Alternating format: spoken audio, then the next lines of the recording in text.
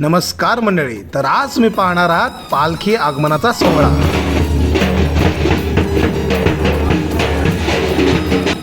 अशा प्रकारे ही पालखी वेगवेगळ्या गावातून आज निढळवाडी संगमेश्वर या गावामध्ये आली आहे आणि ही जी समोरची गादी आहे इथे ही पालखी आता त्या ज्या गावातून आली त्या गावातून या गावातल्या लोकांच्या खांद्यावर दिली जाते आणि तिथून मग या पालखीचं आगमन या गावात होतं आणि मग या गावातून बाहेर गेलेले या त्या गावात राहणारे ते सगळे लोक या पालखीचा नमस्कार करायला इथे येतात। तर ही ती गादी आहे, तिचं नाव आहे श्री ग्रामदैवत निढळवाडी गादी।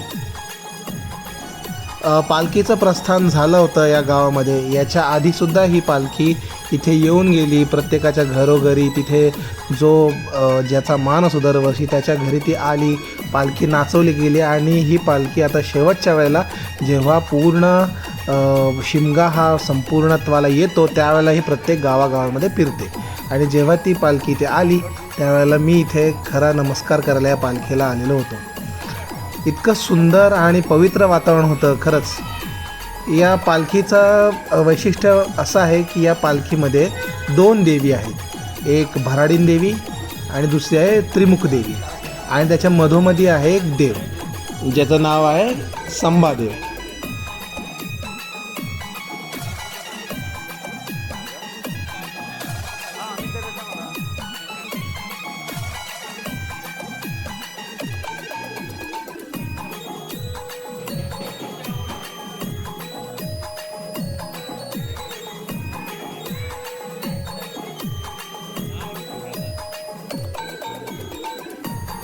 मनोभावे पालखीचं पूजन केल्यानंतर हळद कुंकू वाहिल्यानंतर मनातल्या सगळ्या जेवढ्या काही इच्छा आम्ही कोकणवासी या येणाऱ्या वर्षामध्ये ज्या पूर्ण करायच्या आहेत त्या ह्या सगळ्या पालखीतल्या सगळ्या देवी देवतांना बोलतो, मानतो आणि त्याच्यासाठी खूप ताकद मागतो।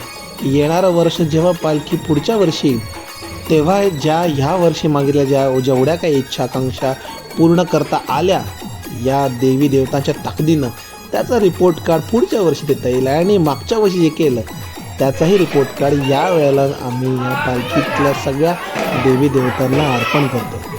खरंच हे जे दिवस असतात पालखीचे ते दिवस काही एक विलक्षण दिवसच असतात, असे एकदम एनर्जाइज्ड आणि खूप ताकद असलेले दिवस असतात। त्याची जी ऊर्जा असते पालखीच्या अवतीभोवती ती संपूर्ण जाणवते।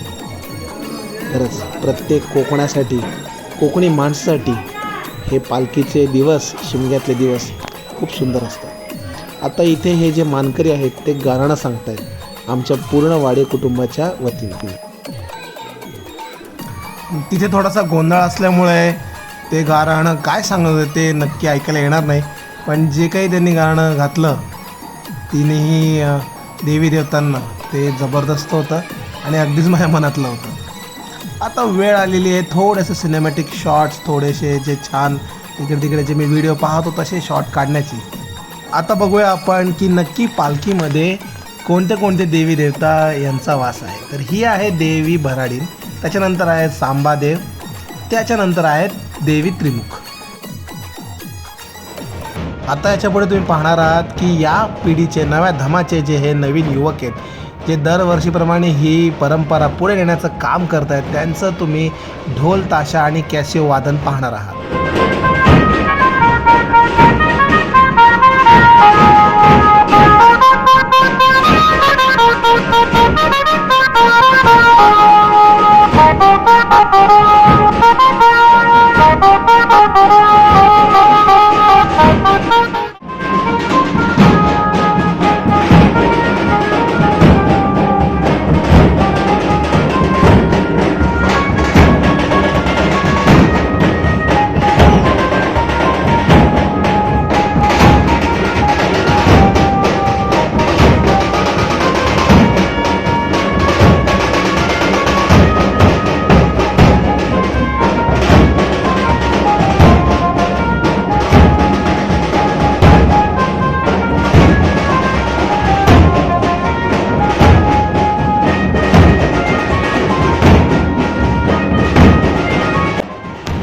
वातावरण इतकं मंत्रमुग्ध झालं होतं ना की काय सांगू मित्रांनो.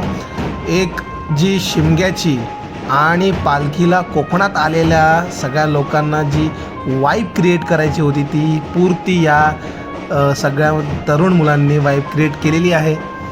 जबरदस्त अशी वाईब क्रिएट झालेली आहे आणि आम्ही रेडी झालो होतो संध्याकाळच्या याच ठिकाणी होणाऱ्या कार्यक्रमाला. जबरदस्त असा कार्यक्रम इथे होणार होता आणि त्याची ही नांदी होती असंही म्हणता येईल.